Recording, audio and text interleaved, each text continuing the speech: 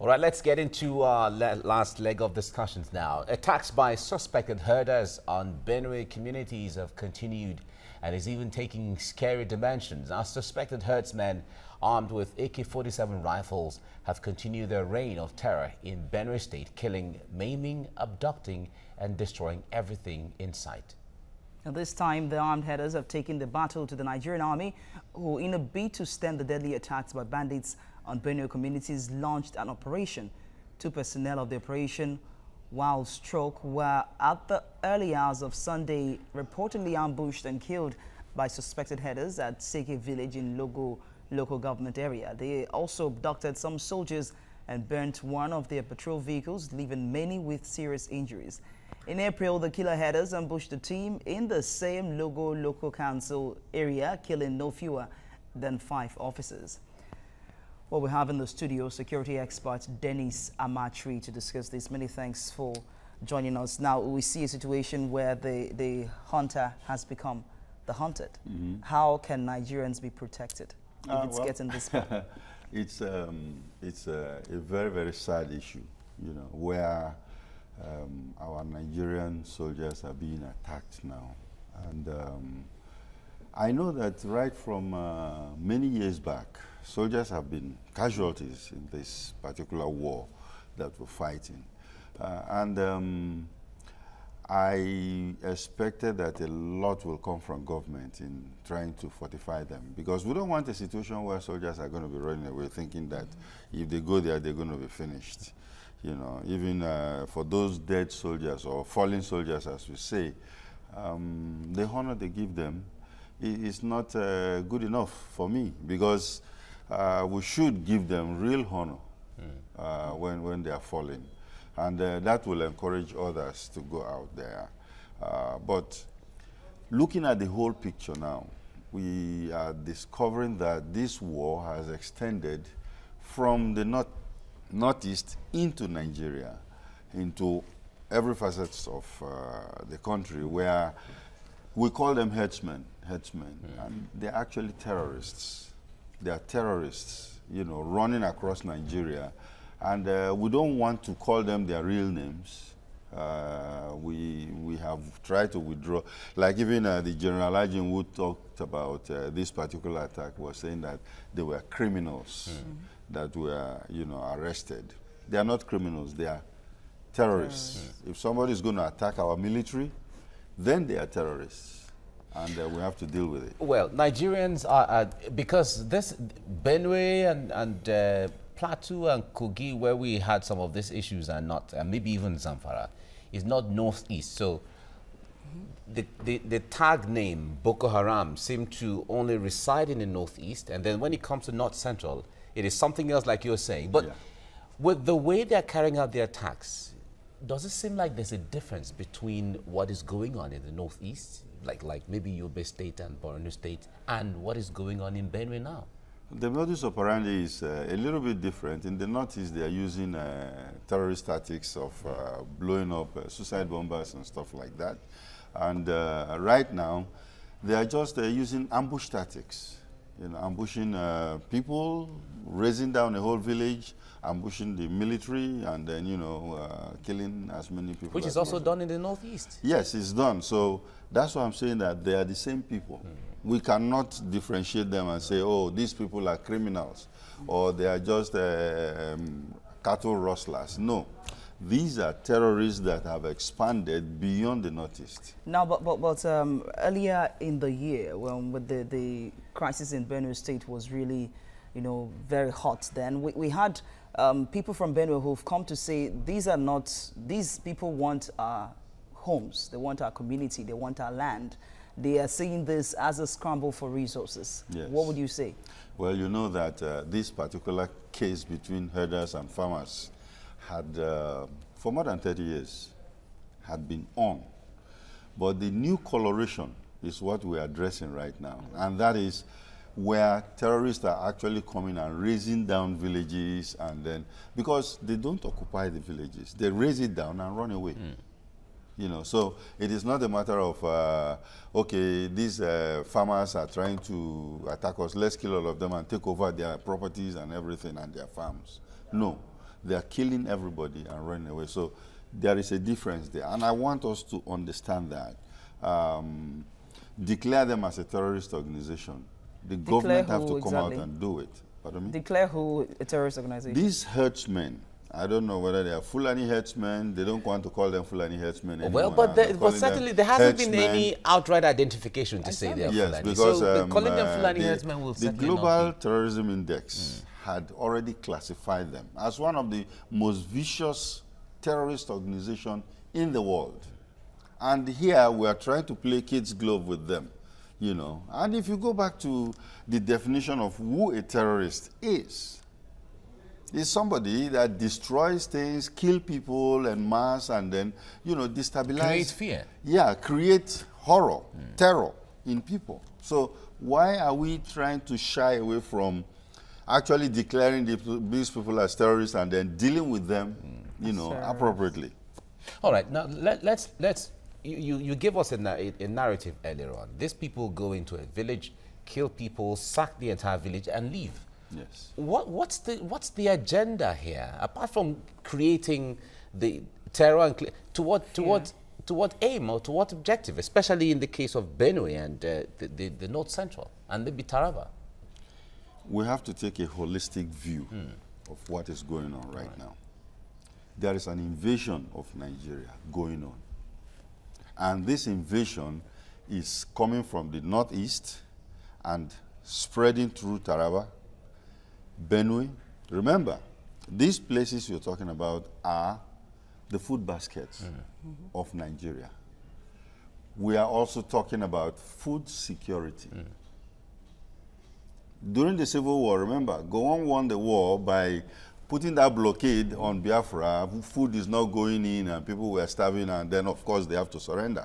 Same thing, whereby they are going through the food basket until our food security is gone. Then they start moving down south. They've gone all the way to Benin, Edo State, Kwara, Ilorin, down all the way down. So this is Enugu. We have to take a holistic view, because if we continue treating the symptoms, oh, they've attacked somebody, we've arrested some people, and then we parade them, you know, I hate that idea of parading people, you know. Find and investigate properly and send them to court. So the question is, what do they want? You said they are invading the country. I believe, what exactly do they want? I believe that there is a bigger picture of some people trying to run across this country and make it ungovernable, and then take it over. Take the whole country over. Would that be like external forces, or would that be like some citizens who want to be in charge? It's a mixture. Some people in Nigeria wants to be in charge, supported by external forces, because the xenofighters, we call them xenofighters, who are in there, if you're not part of them, they kill you. You know, the xenofighters are all over the place, you know, trying to make sure that they impress their influence over the places that they've attacked. So does it mean that, what do you think could be the solution? We've heard about state policing. We've heard about states taking over their security and protecting themselves. We've also seen the general who's called on Nigerians to protect themselves. What do you think is a sustainable solution? Well, that's one of the solutions, where states are coming up now, including Benue State, where they have neighborhood watch groups that are now taking care of their community. And then, of course, state policing is good. And I hope that the National Assembly is going to pass that into law, so that states could be able to take care of themselves. The job is too big for the Nigerian police. 370,000 people cannot police a country like ours, which is millions and millions. You know, in fact, we don't know how many people we are. You know, so this is the situation. And I also feel that the federal government should come out and address this issue. Because it sounds like what one of my friends have to say, that there is a code of silence where you don't have any reaction from the federal government of what is going on. When it becomes too difficult, then you hear the vice president will come there and say, okay, we'll deal with it and everything, but nothing really happened. All right. Now, the capacity or ability of the Nigerian army and security agencies have never really been in doubt. But besides the government, the military on one hand is charged with ensuring that they handle the security situation. Like you said, it's gone beyond the police now. So the military, we've seen them conduct all manner of operations here and there. We've seen their successes in so many places. But in the overall, Nigerians wonder why the army is not being able to handle this. This particular... Now they've started killing the army. Exactly. Yeah. So we have a problem there. Exactly. And that's a bigger problem, in fact. That's a big problem. You see, we had never, right from the beginning, we never addressed this problem appropriately. We never identified the problem so that we can find solutions to it. When this government came in very, very early, they said that we've technically defeated them. And of course, I came out to say that you've not. You don't give a deadline on when to defeat terrorism. The United States is still fighting Iraq and Afghanistan. Terrorism still on till today. And they've spent so much money, billions of dollars, and lives have been lost. Now, in this particular case, what we have to do is to fight it and reduce it as much as possible using intelligence. Because the coercive force we are using is not actually the solution. We've got some Apache helicopters from Russia, and then we are expecting some other from the United States. Yes, we'll go there and bomb them and everything, but you see, these people it's an ideological war. The enemy is asymmetric, doesn't wear any uniform where you will recognize him. So, and then he will brainwash some people and then give them bombs to go and explode anywhere. So, it's only intelligence that you will use in dealing with this kind of thing.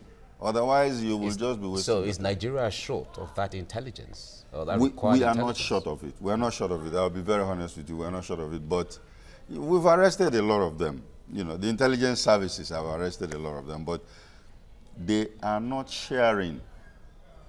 They are not sharing this information that's available to the different intelligence agencies. Does it mean that there's been a compromise somewhere? I don't know. We have to investigate that to know if there's a compromise somewhere. But I know that the military will have intelligence. They have the army intelligence there. And they also gather their intelligence. SSS is there gathering their own. Police is there gathering their own, you know. Air Force is there.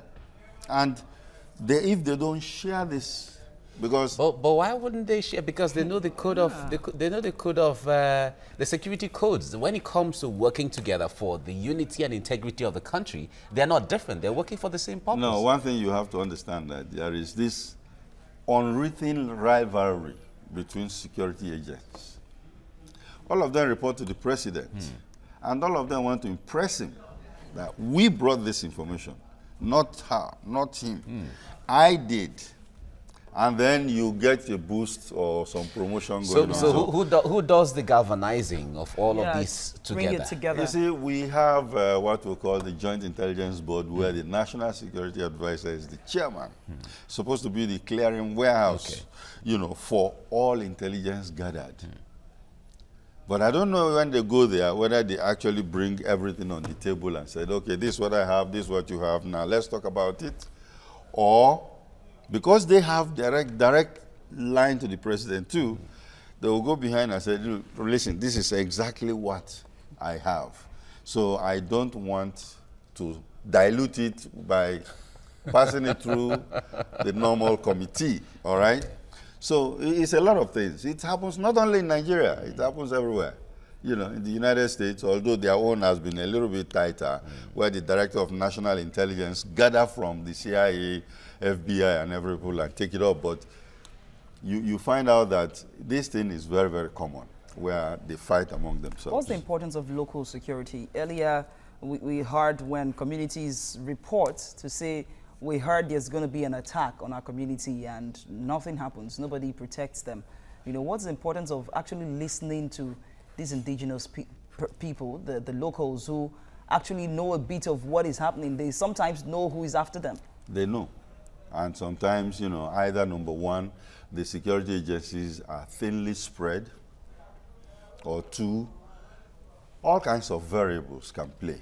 And that's why we're trying to encourage, you know, a situation where there are neighborhood watch, there are community policing, state policing, because these are things that happen around communities and the people know each other and they can talk to each other. They know a stranger who infiltrates that community and they can do more about it. So it is something, one thing we have to realize is that no attacker will just go and attack people. They first do surveillance, they understand what and sometimes insider information and stuff like that. And the community people should be able to know the black sheep among themselves. All right, Dennis Amakri, thank you so much for coming on the program. Thank you very much. We look forward to the days where all of these security challenges will be over, so Nigeria can move forward. And we must commend that the agricultural sector recorded the lowest growth since 2013. So down just because of the crisis happening, for food affecting our security. food basket. Yeah. Thank you very much. Thank you so much. Thank you. All right.